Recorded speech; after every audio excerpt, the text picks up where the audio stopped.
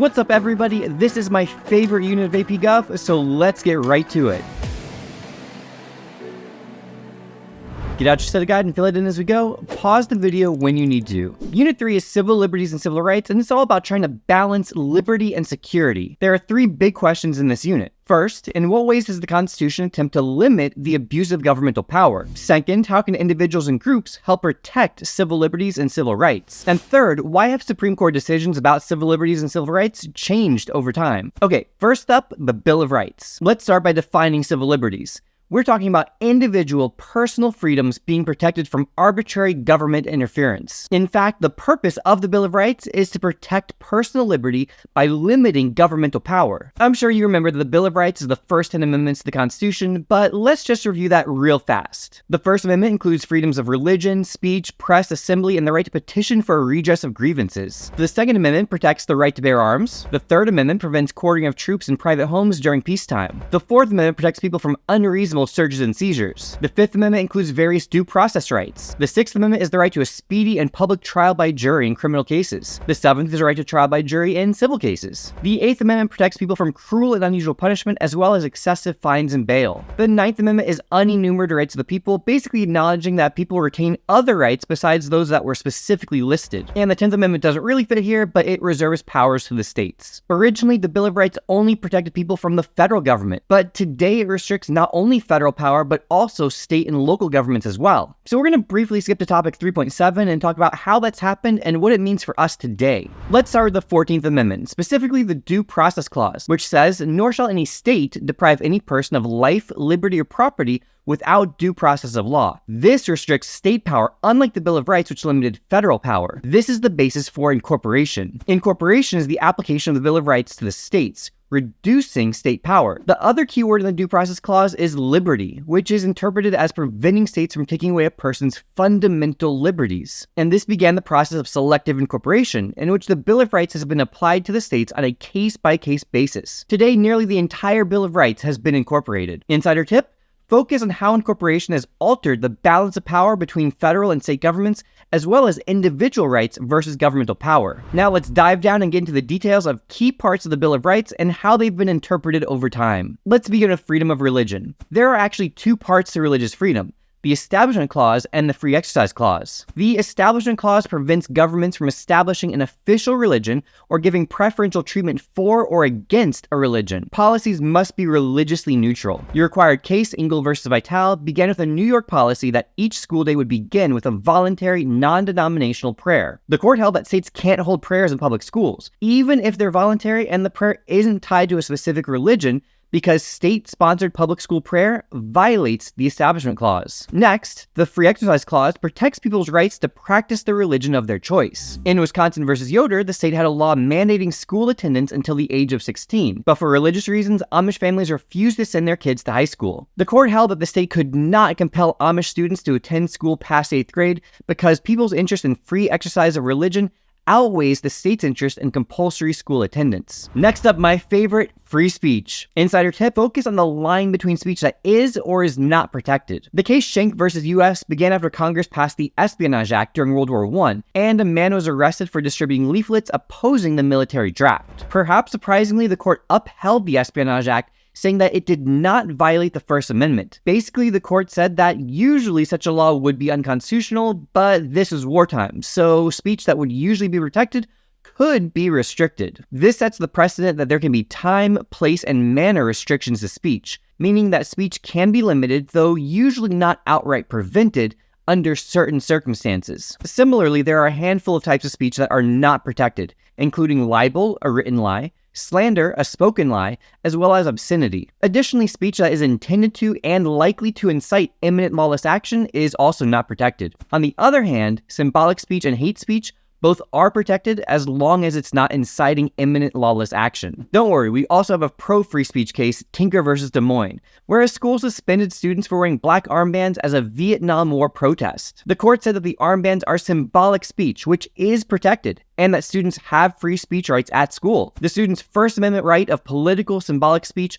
overrode the school's concern for potential disorder. Next up is the closely related freedom of the press, and your required case here is New York Times versus US. The Nixon administration attempted to block publication of the Pentagon Papers by the New York Times and the Washington Post. The court said that the federal government did not have the right to block publication, reasoning that because of the First Amendment's freedom of the press, there is a heavy presumption against prior restraint, which is a fancy way to say that it's very difficult for government censorship to ever be justified, including for national security reasons. Turning our attention to the Second Amendment, the court recently made two landmark rulings on gun rights and the meaning of the Second Amendment. In a 2008 case, DC versus Heller, which you don't need to know by name, the court established that there is an individual right to bear arms for the purpose of self-defense. This interpretation reflects a commitment to individual liberty, limiting the ability of governments to restrict citizen access to firearms. At the same time, there is the attempt to balance those rights with safety, and the court has ruled that governments have the right to regulate gun possession. Insider tip, look for the trade-offs between freedom with order and safety in governmental policies. One example is the death penalty.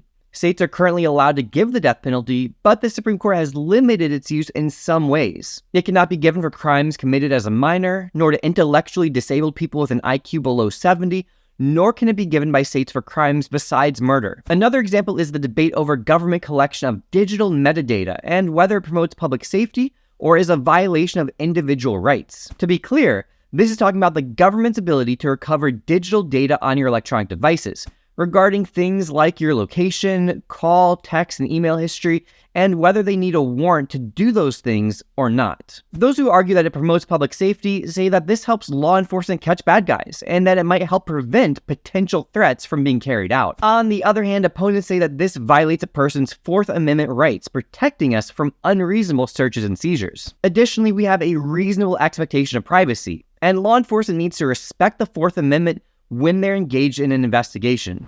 Okay, so we've already done most of this section already. One thing to add is the required case McDonald versus Chicago. In this case, Chicago effectively banned handguns by requiring residents to obtain a license, but then invariably denying applications. The court incorporated the right to bear arms, reasoning that the Second Amendment establishes an individual right to bear arms, and through the 14th Amendment's Due Process Clause, it applies to states as well as the federal government. This is an excellent example of selective incorporation, showing how it decreases state power since states can no longer violate the Second Amendment, whereas previously they weren't constrained by it.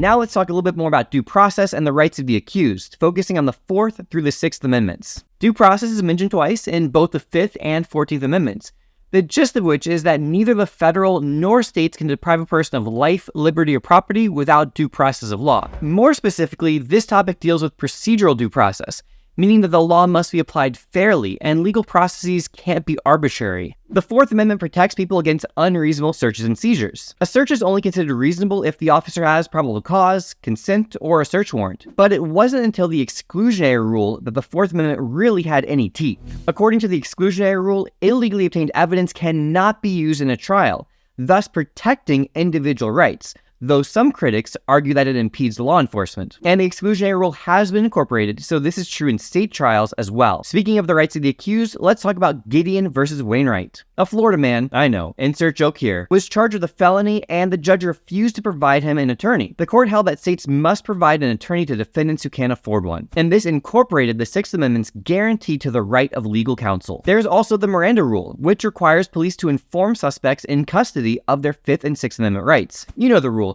You have the right to remain silent, yada yada yada. There is an exception, however, known as the public safety exception. If police ask a suspect a question to neutralize a dangerous situation, a statement made by a suspect can be used as evidence even if she hasn't been given her Miranda warning. And finally, we have to step outside the Bill of Rights for our last civil liberty, the right of privacy, which is unique because it isn't enumerated in the Bill of Rights. There are two arguments for how it's possible to establish rights that aren't specifically named. One way is to claim that some rights are implied by other amendments that assume that such rights exist. For privacy, this means you could use the Fourth Amendment, for example, to say that it implies an expectation of privacy. The other way is to use the Ninth Amendment, which says that there are unenumerated rights that aren't listed in the first 8 amendments. When it comes to privacy, the court had to decide whether a right to privacy is part of our substantive due process rights. This refers to rights of individuals that governments can't intrude on, like speech and assembly. In a 1965 case, Griswold v. Connecticut, The court both established and incorporated a right to privacy as a substantive due process right. Then in Roe v. Wade in 1973, the court determined that the right to privacy also protected the right of a woman to terminate her pregnancy, thereby establishing a substantive due process right to obtain an abortion. In 2022, a more conservative Supreme Court overturned Roe in a case called Dobbs v. Jackson Women's Health Organization, holding that the Constitution does not confer a right to abortion. As a result of this decision, state legislatures may once again regulate, restrict, and even ban abortion. None of these cases are required cases, but you do need to know all three of them by name and how they affected privacy rights. Alright, so we did civil liberties, now it's time to turn our attention to civil rights. Civil rights refer to protection of groups of people from discrimination. This is different from civil liberties, which are protections of individual freedoms and limit federal power. Civil rights empower the federal government because it takes on the role of defending groups from discrimination. Much of civil rights legislation is based on the 14th Amendment, specifically the Equal Protection Clause, which says that states cannot deny to any person the equal protection of the law. In fact, the Equal Protection Clause has inspired many social movements, broad-based, citizen-led movements attempting to change social policy. Social movements like the Civil Rights Movement, Women's Rights Movement, LGBTQ rights, even pro-life movements are all examples and often call for the fulfillment of the Equal Protection Clause, which outlaws discrimination by state and local governments. In fact, that's one of the ways we can view Letter from Birmingham Jail, the last of our required documents. We view the letter as MLK demanding the fulfillment of the lofty ideals contained in the Declaration and Constitution for all Americans, including Black Americans. And again, we come back to the 14th Amendment as inspiration for the civil rights movement. In 1964, we begin to see the legislative success of the civil rights movement with the passage of the Civil Rights Act of 1964, a landmark piece of legislation that banned discrimination based on race, color, sex, religion, or national origin in public accommodations or employment. Basically, businesses can't discriminate against a person based on any of those characteristics when it comes to your hiring and firing practices, or when serving the public. Congress was able to pass this legislation through their Commerce Clause powers. Recall that there's a broad interpretation of interstate commerce, and Congress used that to ban businesses that affect interstate commerce, which is all businesses, from discriminating. Next, Congress passed the Voting Rights Act of 1965, a law that banned literacy tests and other obstacles to vote. The Voting Rights Act and 24th Amendment combined to result in a dramatic increase in Black voter turnout, especially in southern states. The Equal Pay Act of 1963 required employers to provide equal pay for equal work and banned wage discrimination on the basis of sex, race, religion, or national origin. And in 1972, Congress passed Title IX of the Educational Amendments, which prohibited discrimination on the basis of sex in federally funded education programs. But it's important to point out that legislation and court rulings haven't always increased minority rights. In fact, there's a long history of just the opposite thing happening. One of the most infamous rulings in Supreme Court history was Plessy versus Ferguson. It's not a required case for you, but this is the case that upheld segregation laws based on the separate but equal principle. In this case, threw the door wide open to allowing Jim Crow laws over the next couple of generations. These were state laws that legalized racial discrimination and segregation. They clearly defy the Equal Protection Clause, but the Supreme Court repeatedly looked the other way. Fast forward to 1954 in the landmark Supreme Court case Brown versus Board of Education, and this is a required case. Black students in several states were denied admittance to certain public schools based on their race. A unanimous Supreme Court held that racially segregated public schools violate the 14th Amendment and required the desegregation of public schools.